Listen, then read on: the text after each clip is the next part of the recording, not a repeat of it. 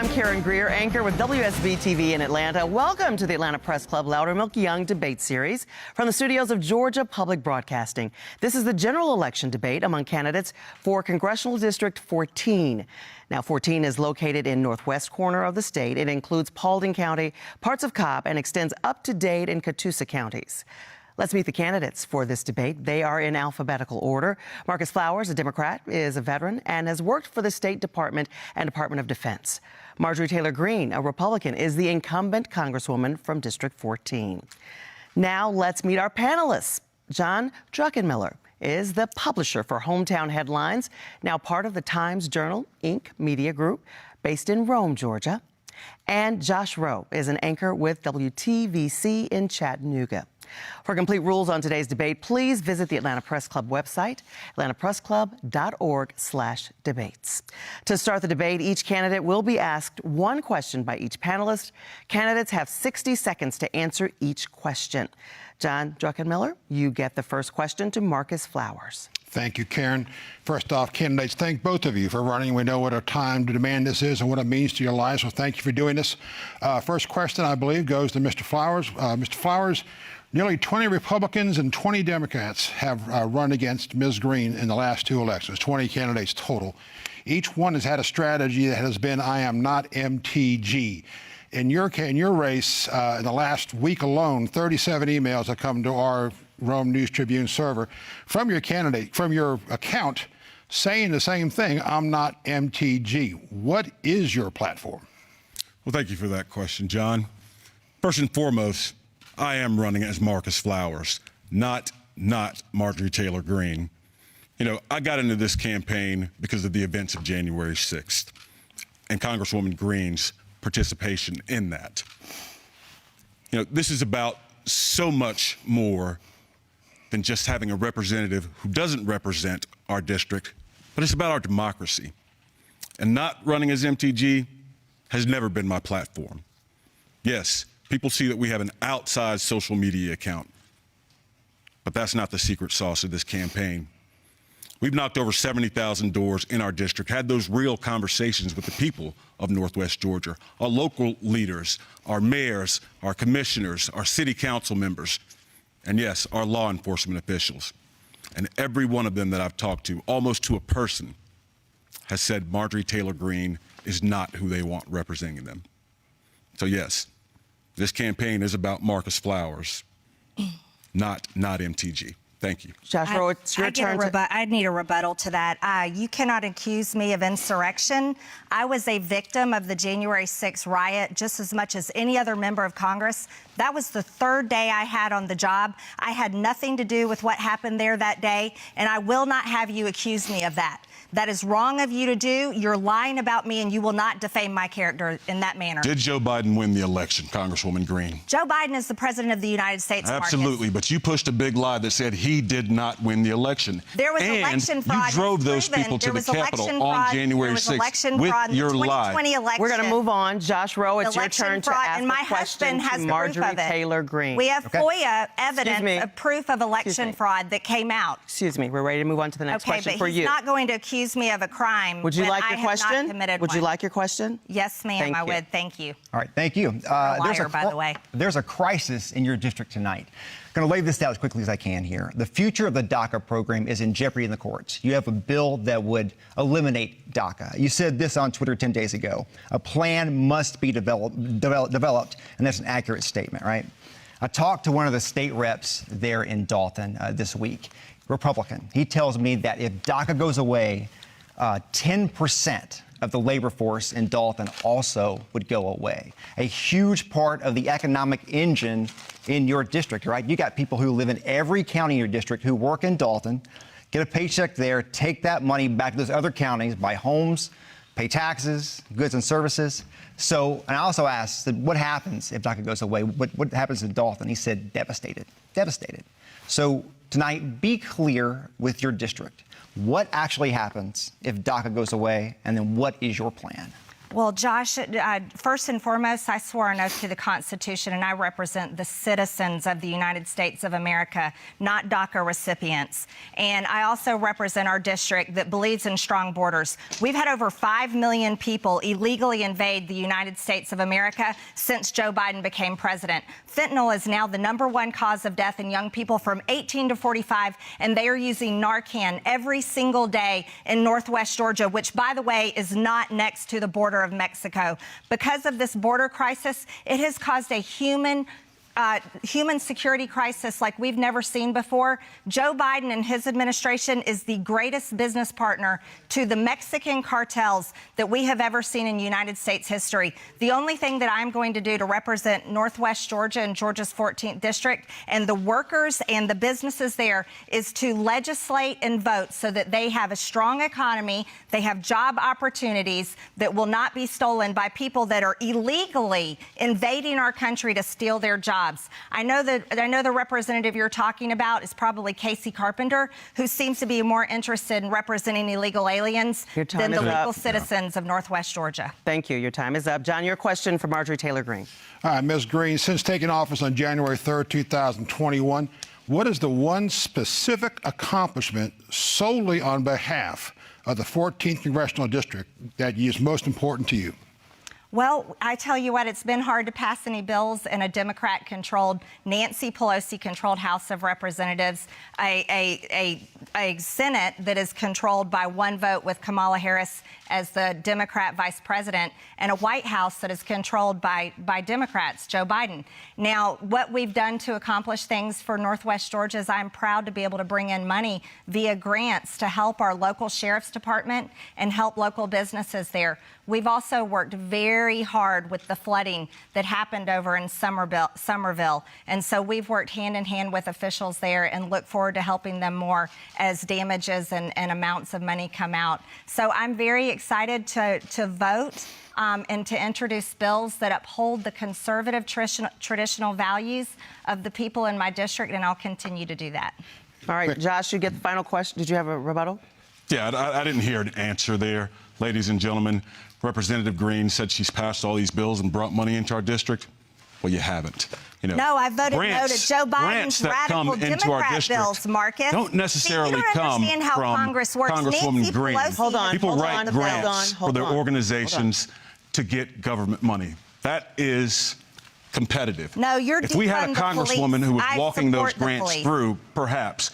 But Congresswoman Greene, she can't take credit for good things that happen while our people suffer. Marcus, we're going to give you your last question. Josh, you get the final question for Marcus Flowers. Party, Marcus. Mr. Flowers, you don't understand how it you said it here tonight that the voters in Northwest Georgia want a different member of Congress. You've said that. You made that clear. But the numbers in the primary tell a different story. And to be clear, numbers processed by local election workers in Georgia and reported by the Georgia Secretary of State.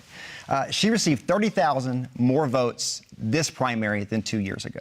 If you take your votes, all your Democratic challengers' votes, all of her challengers' votes, she still had 13,000 more votes than everybody else running.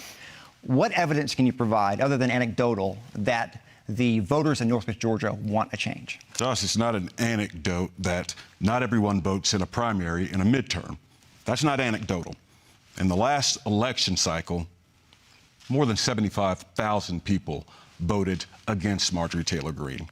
Now, we brought people in from every corner of the district, newly registered people. And I've talked to, it doesn't matter if it's a Republican, independent, or Democrat. I've talked to everybody. And everybody that I talk to, Republicans come up to me every day with tears in their eyes saying, please, get rid of Marjorie Taylor Greene. She doesn't represent us. She truly doesn't. And I've heard this time and time again across the board. A primary is not a general election. I guarantee you, gentlemen, what you're hearing, that in the primary, Marcus Flowers, you will see who's a man difference. who wears a hat and doesn't own one single head of cattle. He's a liar, and all he has done is sent emails all over the country to raise money for himself, and he pays himself out of his campaign with your donation dollars. If you're a California Democrat sending money to Marcus Flowers, he's paying himself to run for Congress and pretend that he can beat me in a blood red Republican district. None of his Democrat defund the police, America Last policies represent our district, and I do. Well, I'll tell you what, I do get a response to that. Yeah. Well, we need to really move on because we are so far behind. Definitely. That concludes the first round of the debate. The candidates will now ask a question to their opponents. Each candidate will have 30 seconds to ask the question, 60 seconds to respond, and the candidate who asks the question will have 30 seconds for a rebuttal. Now, by random selection, Marjorie Taylor Greene, you may ask the first question. Absolutely. Marcus, you're a father, and you are a representative of the Democrat Party. The Democrat Party is the party of child abuse. It's the party that represents grooming children and sexualizing them in school, teaching anti-white racism in the terms of CRT education, and genital mutilation of kids that can't even get a driver's license, can't get a tattoo, and cannot vote. How do you stand there and represent the Democrat Party as a father? And do you believe in genital mutilation of children under the age of 18? And these puberty blockers that have severe health consequences? Time for your because question. I've introduced a bill to ban it and make it a felony to mutilate children's genitals. Do you stand by that? Boy, that was a lot. And God bless you, Marjorie Taylor Greene. If you truly believe that I'm praying for you. You know, I believe in this country. I believe in our democracy. And I believe in standing up for human rights. People come up to me every day and tell me how they feel attacked by you. And yes, I'm talking about children in our LGBTQ plus community. Every day, Congresswoman Greene, seniors, Latinos, blacks, men and women, every day. This is how she treats the people of Northwest Georgia and the people of America. Attacks, constantly attacking. That's not representative, Greene. You represent them. I do. I represent and I will always protect children. And that's why I introduced the Protect Children's Innocent Act, to protect children who just may be confused about their identity. Kids need to grow up. They do not need to have mastectomies, castration, or take dangerous drugs that have serious health consequences. Marcus Flowers represents the Democrat Party, and the Democrat Party is the party of child abuse. And we have to stand up and stop it right now. To protect children, we protect them from making serious mistakes that will last a lifetime. The same mistakes and regrets that many, many detrans people have right now. Extreme examples and lies is what Marjorie Taylor Greene is doing, trying to misrepresent me. That's the time on this. I really need you all to follow up. 30 seconds for a question, 30-second rebuttal. Please don't talk over each other because that really slows us down. All right, Marcus, your question. Congresswoman Greene, I left my job as a government official to run this race because of January 6th and your part in it. My granddaddy was a sheriff. My uncles were police captains, one of whom who was injured in the line of duty. You know, you spent your time in Congress these last couple of years providing aid and comfort to the January 6th insurrectionists. My question for you is, why do you care more about those criminals in jail than you do about the people of our district? You want to know something? I care about stopping the two-tier justice system that is happening right now in America. I was a victim of the January 6th riot, and I've said it over and over again. I'm completely against what happened on January 6th. But I will not stand by and watch Merrick Garland turn the Department of Justice into a political weapon, and the FBI sending it after parents that are addressing their school boards, people that walked in the Capitol and have been held in jail for nearly 2 years, while Antifa and BLM rioters go free and are never held accountable. I will always stand up for freedom, defend our freedom of speech, defend our Second Amendment, and defend everyone's ability to live the American dream. That's what I care about, and I truly care about representing those values and those abilities and freedoms for Georgia's 14th district. So what I'm hearing is criminals over police officers. That's what I heard.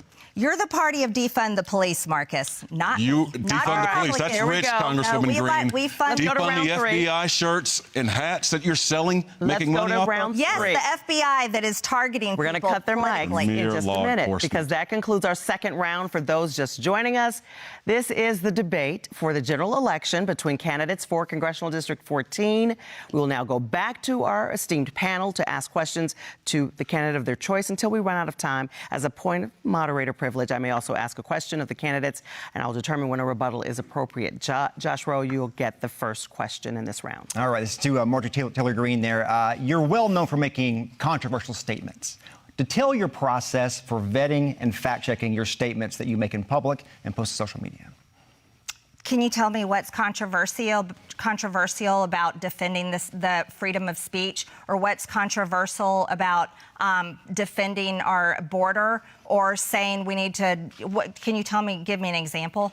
No, you do this every time we have a debate where I ask a question that's obvious, and you're like, what do you mean? You were kicked off of your committees for saying things were controversial. You've apologized for controversial statements, right? Those types of things. What is your process for fact-checking and vetting the things that you say in public? The things I say in public are the truth, and that's why they're so offensive to Democrat activists in the media just like you.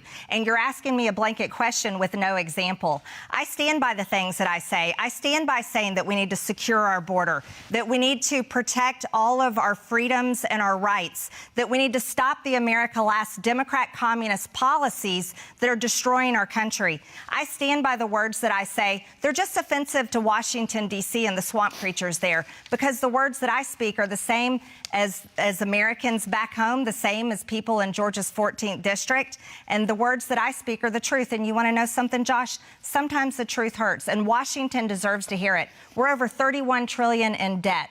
Our government has failed the American people, and right now this administration has us on the verge of a nuclear war with Russia, where they care more about funding a war in Ukraine than they care about protecting Americans, helping homeless people on the streets, and securing our border and stopping fentanyl from killing young people in America. John, it's your turn to ask a question. Thank you very much. Let's bring this back to reality and also bring this back to the 14th Congressional District. The I-75 corridor, gentlemen and ladies, right now is red hot with more than $600 million in new developments, 7.6 million square feet of new warehouses and industry planned in Gordon County. What proactive steps, both candidates, would you take to ensure that in Congress we have the infrastructure to safely support both this new growth and the additional safety concerns raised by these trucks and cars? Who's first? That's the question. Can I take that? Yes, sir. I'll take both candidates the question. Yeah, thank you, John. That is a big issue in our district, our infrastructure and supporting new business and growth. You know, I've talked to mayors and city council members all over our district. We are actually losing companies coming into our district because we can't support it, because we don't have the housing, because we don't have the roads, because we don't have the water and the schools to support those districts. Dalton is a bright star in our community, but there's so many others, and I will work day and night tirelessly to make sure that we have the infrastructure to support all of the companies who want to come into beautiful Northwest Georgia and provide us with great jobs. We're leading in energy here in Georgia. As a matter of fact, we have the largest solar manufacturing plant in the Western Hemisphere in Dalton. But some of those jobs need to be dispersed throughout the district, and I want to make sure of that. Congresswoman Greene, she's too busy flying around the country. She spent $37,000 in the last quarter alone on flights all over the country. She spends too much time in New York, Bedminster, Florida, Michigan, Arizona, Texas. She's never here in our district. Time, and you've named her, so you get to respond? Yes, I will respond to that.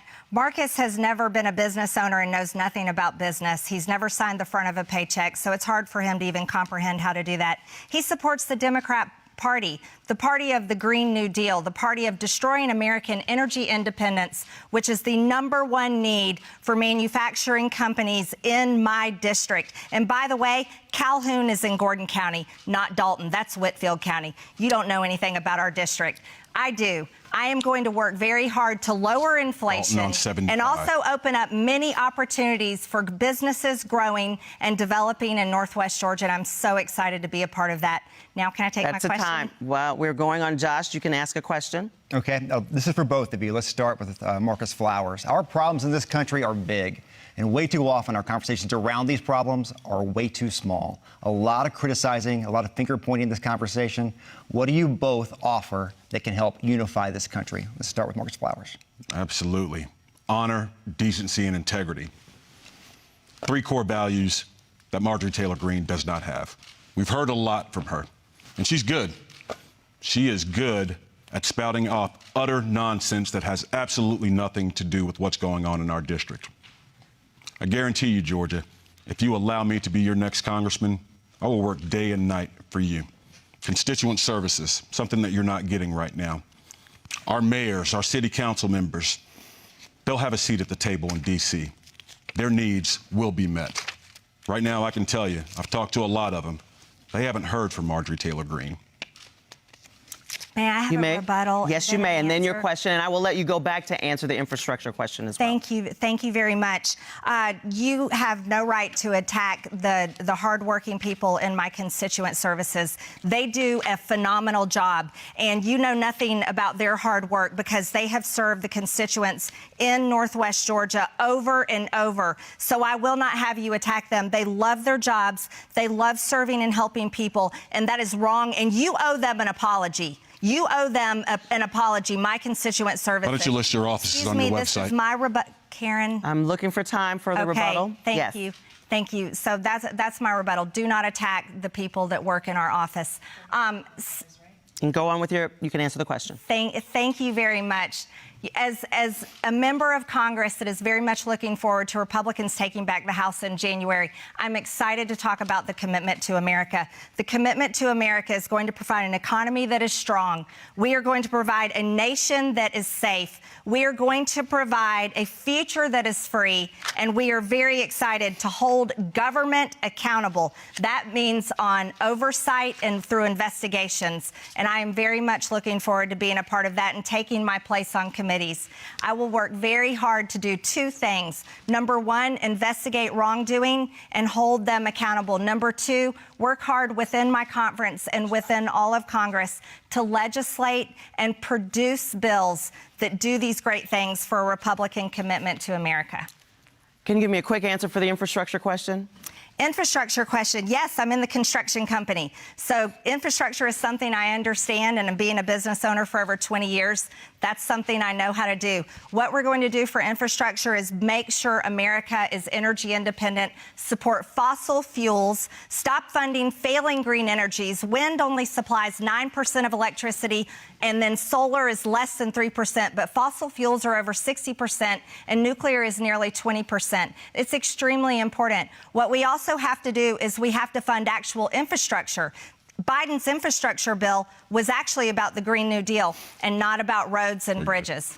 All right, we are going to move on now to closing statements because we have used up a lot of our time. That's all the time we have for the questions. Each candidate now will have 60 seconds for that closing statement. And Marcus Flowers, you will get a chance to have the first closing statement here. Thank you, Ms. Greer. As was suggested earlier, I am running as Marcus Flowers, not Marjorie Taylor Greene. Listen, I'm the son of a teacher, the grandson of a sheriff. I'm a veteran. I'm a father. I'm a member of this community. I've traveled this district for the last 2 years, and I've talked to people from every walk of life in every corner of our district. And what I hear from them is they want a representative who will work for them. This isn't about Republicans or Democrats. Ladies and gentlemen, this is about right and wrong. This is about chaos versus stability. This is about us. I want you to go in starting tomorrow and vote for right or wrong. Georgia, we have to decide what we want in our seat. Do we want a show horse, or do we want a workhorse who's going to get things done for us? God bless you, and thank you. Marjorie Taylor Greene, you get the final closing statement. Well, you just heard from my Democrat opponent that usually wears a cowboy hat but doesn't ride a horse and doesn't own any cattle. Fake cowboys, you know, might be an extra on Yellowstone when you get done with this career. That's a good question. Northwest Georgia, Georgia's 14th district, I want to thank you first and foremost for voting for me and putting your trust in me to represent you in Washington. And no matter how many people lie about me, like my Democrat opponent, people in the media, or anybody on the internet, I want you to know that I will stand up to these attacks and never change how I vote and how I legislate. You elected me to go to Washington to fight for your conservative traditional values, to bring fiscal responsibility back to Washington, which I know how to do because I'm a successful business owner, and also to protect your kids. That's my number one priority because I'm a mom of 3 kids. So I want to ask you again for your vote. Early voting starts tomorrow. Election Day is November 8th. Make sure you bring your friends and your family. Go out and vote for me, Marjorie Taylor Greene, and it'd be an honor of my lifetime to go back in January and represent you again. Thank you very much. And that concludes our debate. We'd like to remind voters that, as both candidates said, Election Day is Tuesday, November 8th, and early voting begins October 17th. Our thanks to the candidates and to our esteemed panel of journalists. We'd also like to thank the Atlanta Press Club for arranging today's debate. For more information about the debates they'll host this election season, visit atlantapressclub.org/debates. I'm Karen Greer from WSB TV. Thanks for joining us. The Atlanta Press Club Loudermilk Young Debate Series. Have a great evening.